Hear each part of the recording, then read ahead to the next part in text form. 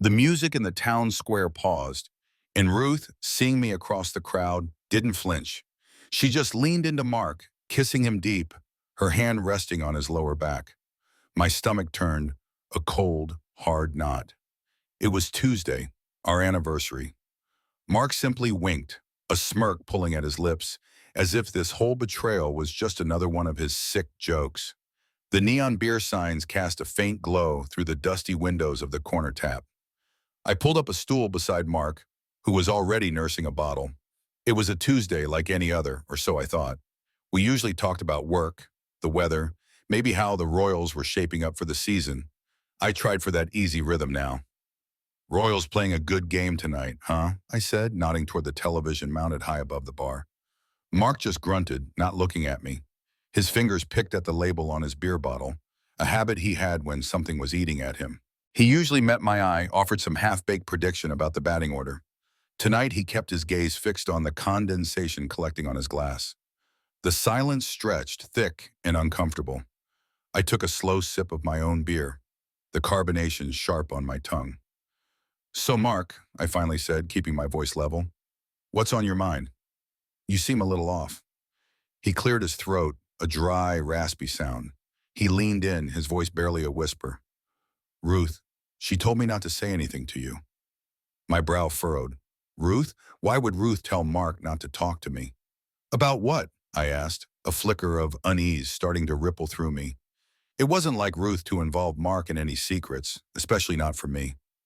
He made a vague gesture with his free hand, circling it in the air. "You know, the game you and Ruth are playing." The words didn't make sense. My mind scrambled for context, a shared joke, some obscure reference. Nothing came. A cold dread, sharp as a sudden draft, snaked its way up my spine. "What game are you talking about, Mark?" I pressed, my voice a little tighter than I intended. Mark's face was pale under the bar lights, beads of sweat forming on his forehead. He swallowed hard, then blurted it out, the words tumbling over each other. "She said you're both into her, having fun with other guys. She said it was a secret arrangement. Part of the thrill for you."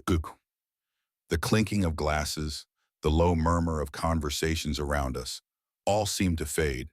I heard only Mark's voice, each word a punch to the gut. My mind tried to reject it, to find the lie, the misunderstanding. But Mark's eyes, wide and apologetic, held a terrible truth. "So you entertained Ruth?" The question felt foreign, heavy on my tongue. He nodded slowly, reluctantly. "Yeah, twice. When your mom was sick in Louisville and last Tuesday. She said it was fine, part of the deal. She said you knew." My hand tightened around my glass, the cold wetness seeping into my palm. Louisville. That was a month ago, a stressful week of hospital visits and waiting. Last Tuesday. Just a few days. The details, sharp and precise, grounded the unreality of his words into something solid, undeniable. A quiet rage began to hum beneath my skin, a low vibration that threatened to burst. "Don't see her again," I told him, my voice flat, almost devoid of emotion. I kept my eyes fixed on his, making sure he understood. "And don't let on we talked, not a word." Mark nodded again, quickly, genuinely apologetic. "I swear, Bill, I truly thought you were in on it. She made it sound like a game you both played. She was convincing." I pushed my stool back, the scrape of metal on the floor loud in the sudden clarity of my thoughts. I needed to get out, to breathe air that hadn't been poisoned by his words. I left the bar, the familiar streetlights blurring into streaks of light as I drove. My phone felt heavy in my pocket. I pulled over, called home. "Running late," I said, my voice forced into a casual tone. "Got some paperwork at the office." Ruth's easy, "Okay, honey," on the other end felt like a fresh cut. I found an empty booth at a diner on the highway, ordering a burger I knew I wouldn't touch. The fluorescent lights hummed, sterile and bright. Mark's words replayed in my head, a vicious loop. 2 times, when my mom was sick. Last Tuesday. The facts were cold, hard, inescapable. I knew I couldn't face Ruth, not yet. Not until I had every single detail from Mark, no matter how painful. The familiar click of my key in the lock felt foreign, heavy. I pushed the door open to the comforting scent of dinner, lingering in the air. A roast she must have made. Ruth was in the living room, curled on the sofa with a book, her reading glasses perched on her nose. She looked up, her face softening with a smile that used to ease the tension from my shoulders, but now felt like an elaborate trick. "Hey, you're late," she said, her voice warm, unstrained. She set her book down, stood, and walked towards me. I braced myself as she reached up, her hand cupping my cheek. "Rough day?" I managed a nod, a tight smile I hoped looked convincing. "Just some paperwork," I lied, the words tasting like ash. Lost track of time. We talked then about her day at the gallery, a new shipment of pottery. I forced myself to ask questions, to offer responses that sounded like a husband engaging with his wife. It felt like watching a play, my own voice coming from someone else, a hollow performance. Every word she spoke, every casual touch, was a fresh layer of dust on the truth Mark had given me. Later in bed, the lights out, the room a soft gray from the street lamp outside, Ruth shifted closer. Her arm draped over my chest, her head nestled into the curve of my shoulder. The warmth of her body against mine was a sudden electric shock of revulsion. I stiffened, my muscles locking, every fiber of my being recoiling. I lay rigid, feigning sleep, praying she wouldn't stir, wouldn't want intimacy. The minutes stretched into hours. Sleep, when it finally came, offered no escape. Instead, it brought a parade of vivid, humiliating images. Ruth, laughing, her hair spread on cheap motel pillows, a different face above her, then another, a blurred montage of nameless men. The details weren't explicit, but the feeling was raw, a visceral punch. I jolted awake, heart pounding, the cold sweat on my skin a stark reminder of the waking nightmare. The digital clock on the nightstand glowed 3:17 a.m. The first rays of morning light found me still awake, staring at the ceiling. Ruth stirred, stretched, then got up for work. Her usual routine: shower, coffee, news on the radio. When the sound of her car pulling out of the driveway finally faded, I reached for the phone.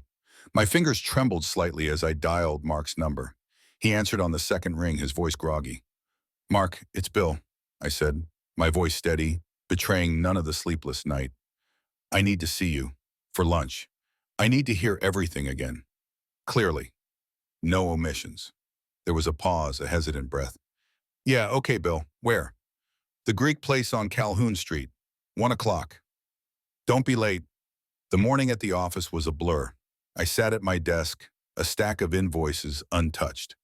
My gaze kept drifting to the pale beige of the wall opposite, seeing nothing but the unfolding sequence of betrayal.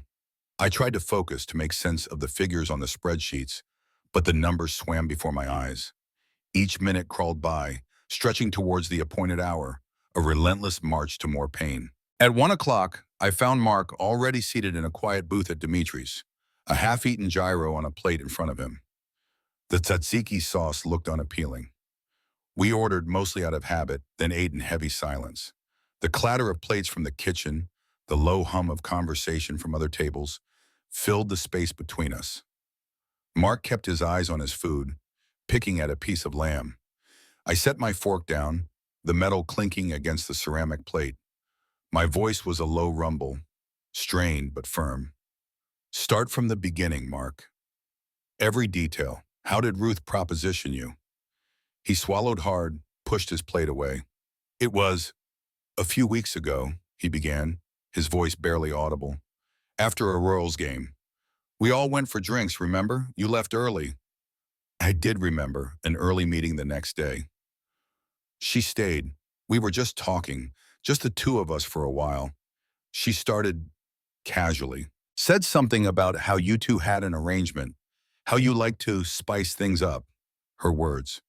"She said you were in on it, that it was part of the fun for you both." Mark fidgeted, looking away. "I told her no at first. I mean, you're my friend, Bill. I told her it felt wrong. It was your wife." His voice was tinged with a genuine regret that, even now, felt like a fresh stab. "But she was persistent. She kept bringing it up.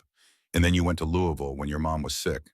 She called me then, said it was the perfect opportunity, that you'd expect it even." He cleared his throat.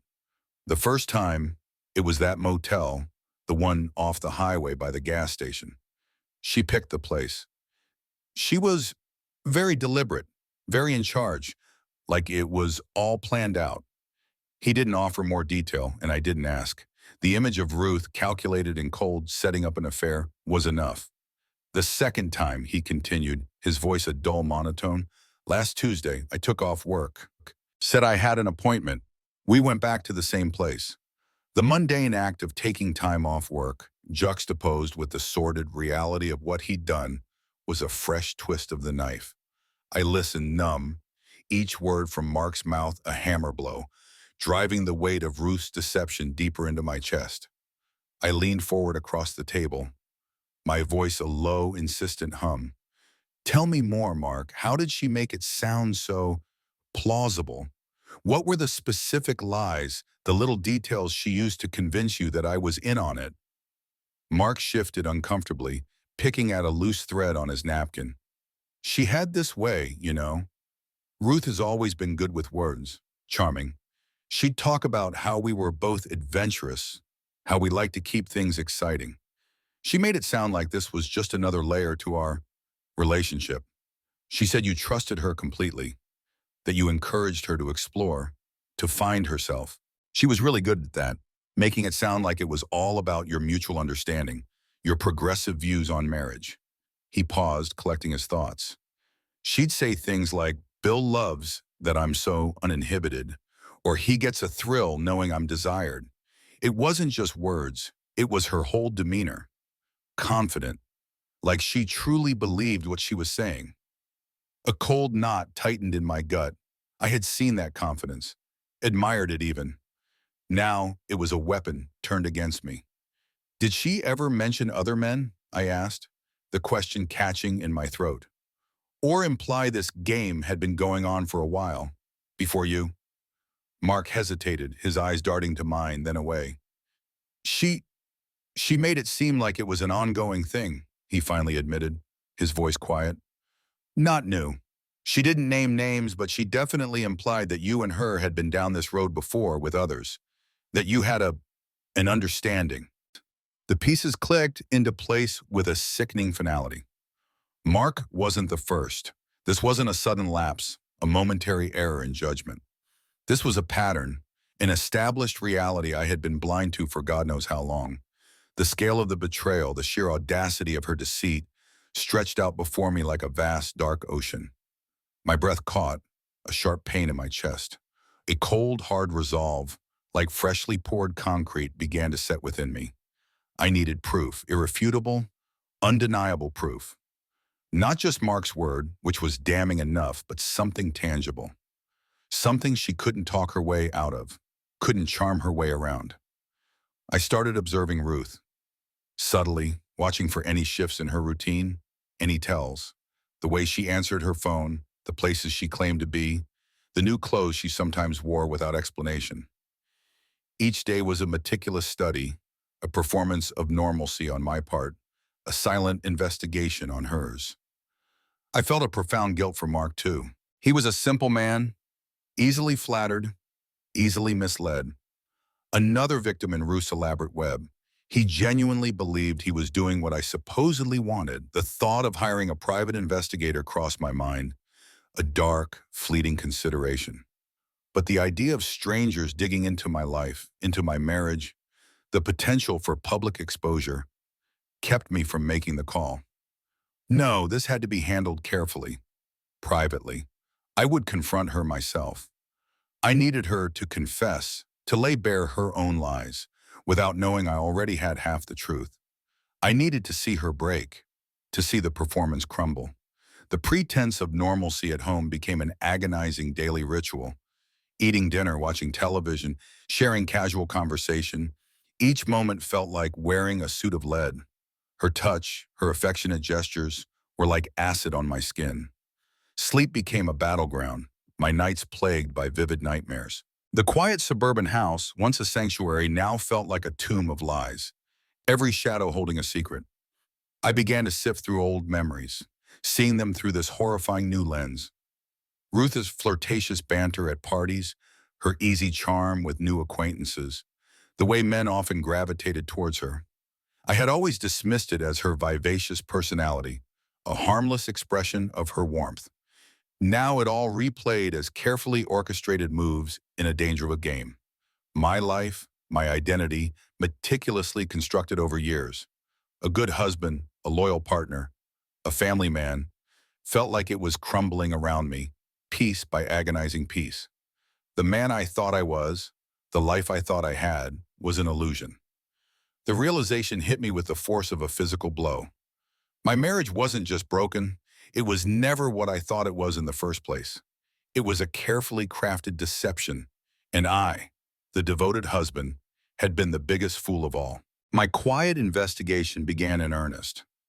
I started with the subtle things. When Ruth was in the shower, I'd glance at her phone, noting the frequency of texts from unfamiliar numbers, the quick dismissals when I'd ask who she was messaging. Her computer, usually left open, was now often locked or shut down. I noticed odd gaps in her work schedule, an hour here, an hour there, explained away as errands, or meeting a client for coffee. Her explanations were always vague, delivered with a practiced ease. She also started primping more than usual. A new perfume scent, a bolder lipstick, clothes she hadn't worn in years suddenly back in rotation. These weren't signs I would have noticed a month ago, but now every detail screamed for attention. I needed more. So I set up another meeting with Mark. This time, we met at a dingy coffee shop near the train tracks, the clatter of passing freight cars drowning out our hushed conversation. He looked even more uncomfortable than before, his eyes darting around as if expecting Ruth to materialize. "Mark," I said, my voice low but firm, "I need to know if she ever mentioned anyone else. Any names, any places, anything at all, no matter how small." He fidgeted with his coffee cup, his discomfort palpable. She didn't usually give names, Bill. She was careful about that. But I do remember, she once mentioned a guy, Dave, said he worked at her publishing house. Dave Miller, I think she said. Mark winced as if the words themselves pained him. She said he was fun, that he understood her. Dave Miller. The name hung in the air, a new thread in the tangled web. I committed it to memory. "Thanks, Mark," I said, pushing a few crumpled bills across the table to cover his coffee. "I appreciate you doing this." I left the coffee shop with a new target. How to approach Dave Miller without raising suspicion? I had his number. I remembered that much from a company picnic a few years back. The idea formed, a casual call, an old friend check-in, a work query. Every move I planned felt fraught with anxiety. The fear of tipping off Ruth, of making a fool of myself, of confirming the worst, was a constant, gnawing presence. At home, my emotional withdrawal became more pronounced. The warmth I once felt for Ruth had calcified into a cold, hard shell. I found myself physically unable to be close to her. Her attempts at intimacy were met with a stiff back, a mumbled excuse of being too tired or too stressed. Ruth noticed. "You've been so distant lately, honey," she said one evening, touching my arm. "Is everything okay at work? You seem so preoccupied." She tried to cheer me up, making my favorite dinner, suggesting a movie night. Her efforts felt like a further insult, another layer of her performance. I endured it, swallowing the overwhelming waves of anger, confusion, and a bone-deep sadness that threatened to consume me. The man she thought she was comforting was the very man she was systematically destroying. Then, one Saturday morning, while Ruth was out running errands, I went through her nightstand drawer. It was a place for innocuous things: hand cream, an old pair of reading glasses, a forgotten novel. Tucked beneath a stack of folded scarves, I found it. A small, sleek burner phone, one I'd never seen before. It felt cold and alien in my hand. My heart hammered against my ribs as I turned it on. No password. It vibrated to life, a flood of messages immediately appearing. My breath caught in my throat. Texts. So many texts. Explicit messages, intimate photos, names I didn't recognize, and some I did, Dave Miller among them. The dates stretched back, not just weeks, but months, years even. A horrifying pattern. Multiple men. The sheer volume and brazenness of it all left me breathless. This wasn't a brief lapse, a moment of weakness. This was a calculated, long-term deception, a life she had meticulously constructed parallel to mine, a secret world where I was nothing but a convenient prop. My entire marriage, a lie. The shock gave way to a cold, grim purpose. The evidence was irrefutable. I had all the dirt I needed. I chose the moment carefully. A quiet Tuesday evening, dinner finished, the plates cleared. The remnants of our meal, a chicken dish she'd made, sat in the sink. The air in the living room felt heavy, thick with unspoken things. Ruth was on the sofa, scrolling through her tablet, oblivious. I sat opposite her, my voice unnervingly calm, a practiced monotone. "Ruth," I began, and she looked up, a faint smile on her lips. "I spoke with Mark. He told me everything." Her face hardened almost imperceptibly, the smile vanishing. "Mark? What about Mark? He's a gossipy fool, Bill, you know that." She tried to dismiss it, her eyes flashing with a familiar indignation. "What nonsense has he been filling your head with now? You're being ridiculous, accusing me based on something Mark said. You're crazy, Bill." She leaned forward, her voice rising, a classic deflection. I reached into my pocket, my fingers closing around the cold plastic. I pulled out the burner phone and dropped it onto the coffee table between us. The screen illuminated, a text message still open, revealing a familiar name and an undeniably explicit sentiment. The faint glow of the screen cast her face in a harsh light. Her defiance faltered. For a fleeting second, panic flickered in her eyes, a raw, naked fear. Then, almost instantly, it was replaced by a steely, almost theatrical composure. She stared at the phone, then at me, her expression unreadable. "Fine," she said, her voice dropping, cool and controlled. "So, Mark was just one." She leaned back, a sigh escaping her lips. "But it's not what you think. Our sex life, Bill, it's been stale for years. You know it. I know it. I was just seeking validation. A little excitement." She managed to meet my gaze, her eyes surprisingly dry. "I still love you, Bill. This was for us. To keep things interesting. You used to be more adventurous, remember? I thought this game was something we both wanted, even if you weren't actively playing." Her utter lack of remorse, her continued manipulation in the face of undeniable proof was breathtaking. The audacity. She was still trying to twist the narrative, to blame me, to package her betrayal as a service to our marriage. Disgust churned in my stomach. "How many, Ruth?" I demanded, my voice raw, stripped of its practiced calm. "And for how long has this charade been going on?" The question hung in the air, heavy and suffocating. And then, as if on cue, the tears started. Not a quiet, mournful weeping, but a dramatic burst. Sobs racking her body, her hands covering her face. "Oh, Bill, please," she wailed, her voice thick with a manufactured sorrow. "I'm so sorry. I promised to change. Please don't leave me. I can't live without you. It was a mistake, a terrible, terrible mistake. I'll do anything." I remained unmoved. The tears, the promises, the desperate pleas, it was all another performance. Another layer of deceit she thought would save her. The well of emotion inside me was dry. "I want a divorce," I stated, the words sounding hollow in the quiet room, yet firm. My voice broke on the last word, a final tremor of the pain I still carried despite my resolve. "And you need to leave tonight." Her tears stopped abruptly, her head snapping up. Her eyes, still glistening, narrowed. "Leave? This is my home, Bill. You can't just throw me out. I'll make things very, very difficult for you." The mask had slipped, revealing the anger beneath the practiced Toro. "We'll separate officially," I continued, ignoring her threat. "I'll contact a lawyer first thing tomorrow. You'll need to do the same." The words were stark, cutting through the thin veneer of our shared life. The house, once a sanctuary of comfort and familiarity, now felt like a battleground.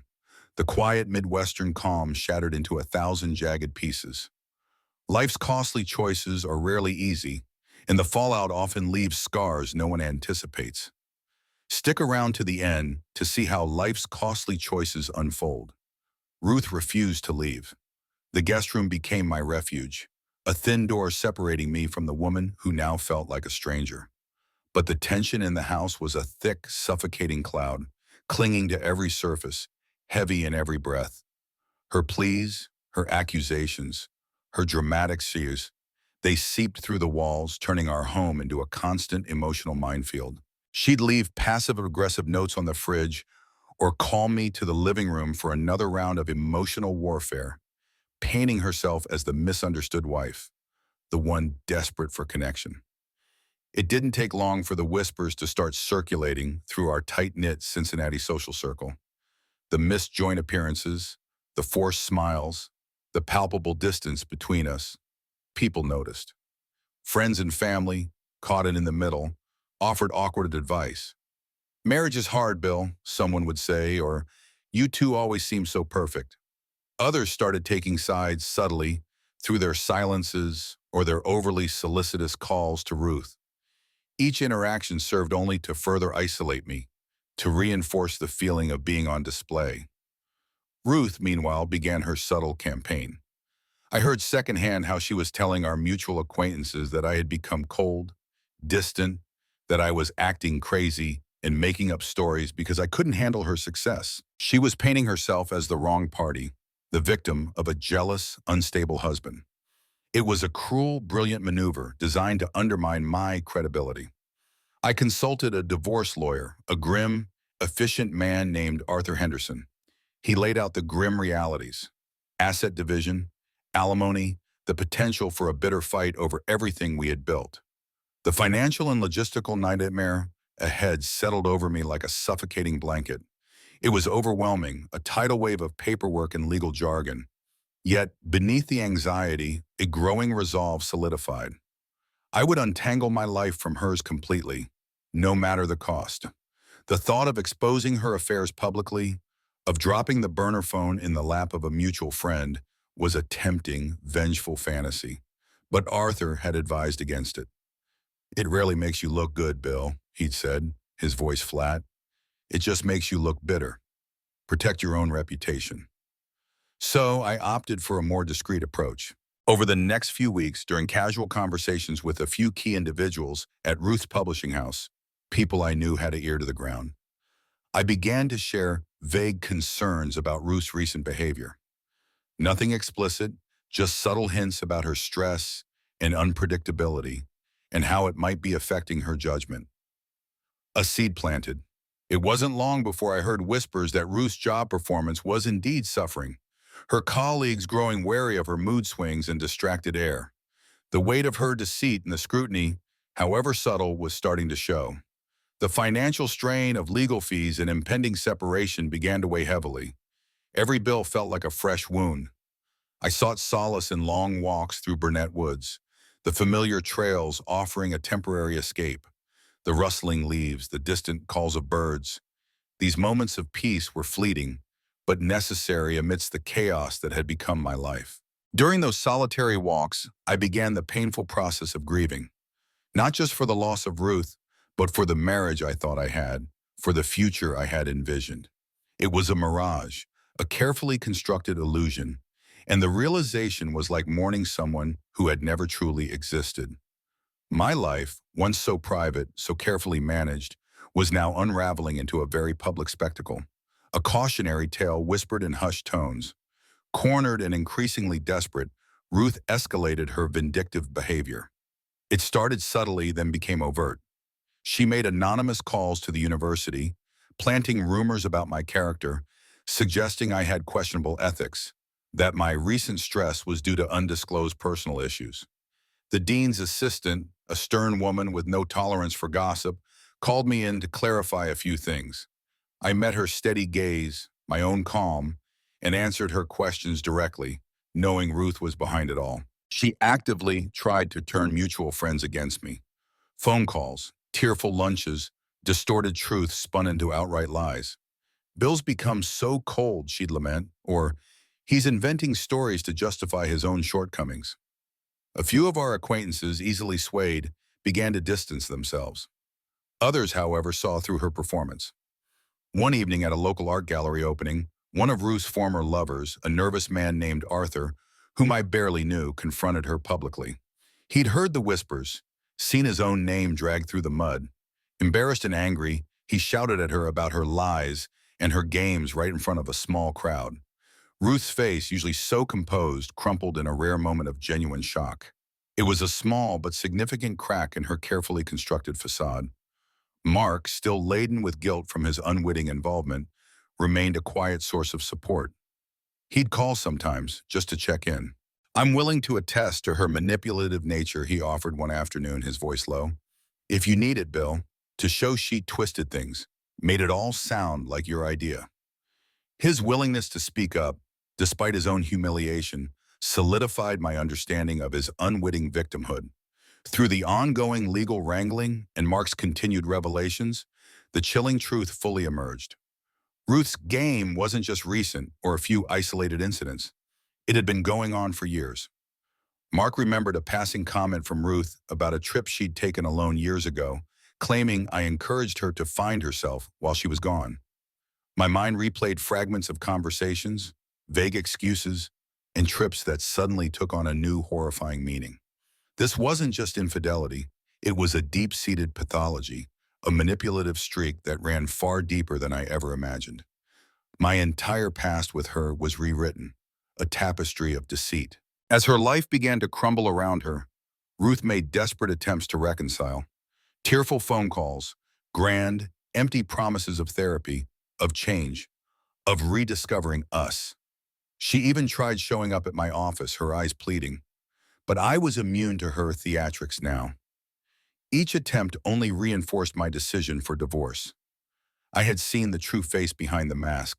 The legal battles over property and shared assets intensified, draining both our emotional and financial reserves. The house, the cars, the savings we'd built, everything was dissected, argued over, and eventually divided. It was a tedious, soul-sucking process. Then came the news from Brockton Publishing. Word filtered down through a mutual acquaintance. Ruth's job had become untenable. Not just her performance, which had clearly suffered, but the underlying ethical breaches that came to light during her personal unraveling.